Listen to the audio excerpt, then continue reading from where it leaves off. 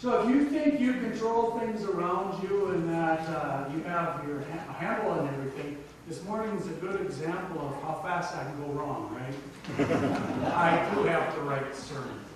The first time I read this text and preached on it was in November of 1987. And I remember that because when I went with my dad and my two brothers and my dad's cousin up to northern Minnesota deer hunting, I left my internship site and Pastor Bruce Miller was getting a sore throat. And when Bruce got a sore throat, it meant his voice was going to be gone.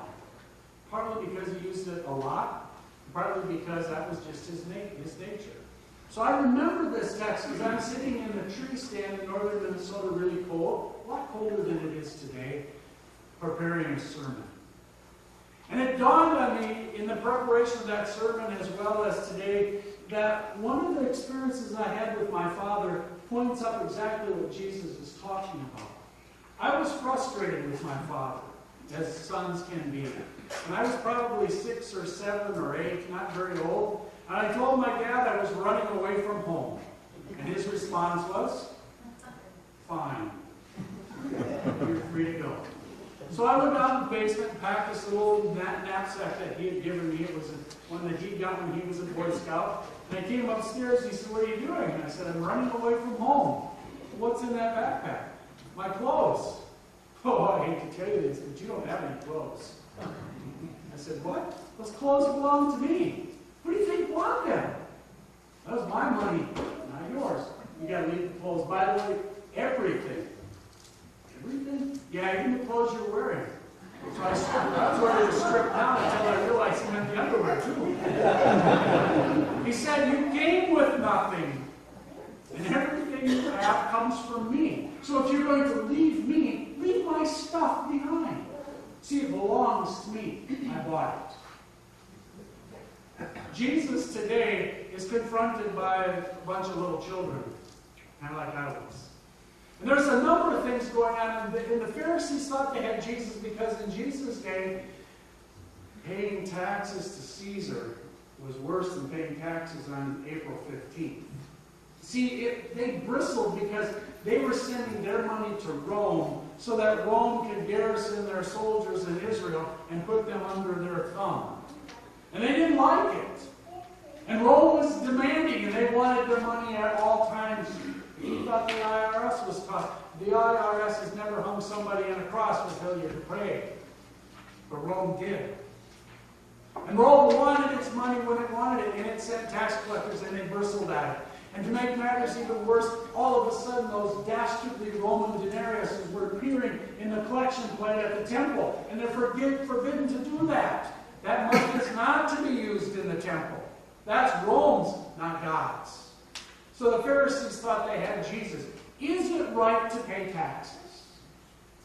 And Jesus doesn't play games. Whose inscription is that on that coin? The emperor's. Well, then give it back to him. It's his if he wants it. And what is underlying that whole statement about Jesus is, it's only a coin. And when the emperor is dead, they will melt it down, restrike it, and put a new emperor's face on that. Just like we do. Our coins are filled with the images of dead people. Our lives are filled with images of a living God. And Jesus tells them, it belongs to the emperor, give it back to him, and who cares? It's of little consequence to you. And he says further, whose title is that? Well, it's the emperor's. Well, let him have the title emperor. What's he going to do for you for it? Nothing. Except for to make sure his garrison soldiers put you under their thumb again. And you're going to pay for it. All these things are going on. And Jesus tells us simply this. Give, therefore, the things that belong to God, to God. He moves them from entrapment to release. The guys who were sent by the Pharisees to spy on Jesus were released from that and told, give to God what belongs to God. You belong to God. What does that mean? It means everything that you have comes from God. How do we say that? I believe that God has given me and still preserves my body and soul with all their powers. He has given me everything I need. Food and clothing, home and family, shelter, daily work, and all I need from day to day. We as Lutherans ascribe all of that back to God, and yet we get all worried about it too. Raise your hands if you're retired. Keep them up. Come on. Come on. Keep them up there. Don't put them down. Keep them up.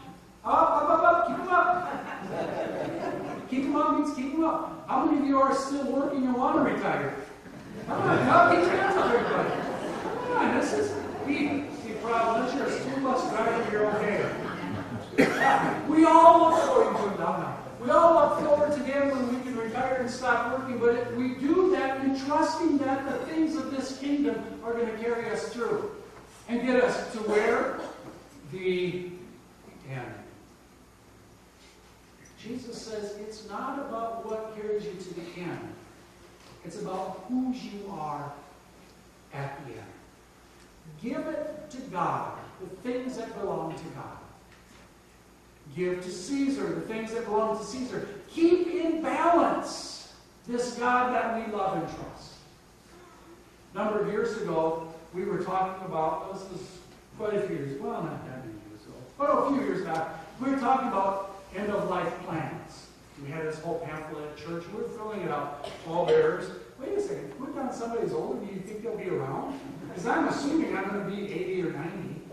So, you start thinking, who would do that? Oh, you pick him, you call his text, and you do all of these things. And then you talk about cremation, traditional burial, that sort of stuff. And it dawned on me, if my dad is correct and I came with nothing, how should I leave? With nothing. Exactly. I told my mom, I'm going to be buried naked. My mom said, thank God I'm dying before you. You see, what we have been called to do is to give everything back to God. To be released from worrying about the future and trusting God. Jesus takes this moment of entrapment and releases you. What he says is, give to the world the stuff that belongs to the world. But give yourself back to God. The one who loved you first in creation, who loved you enough to die for you, invites you to do nothing more than to live forever with him. What an investment he made in you. Is it going to pay off? Are you going to give to God what belongs to God? God only asks. He doesn't demand, he asks. And to show you what great lengths he'll go to, he dies for you.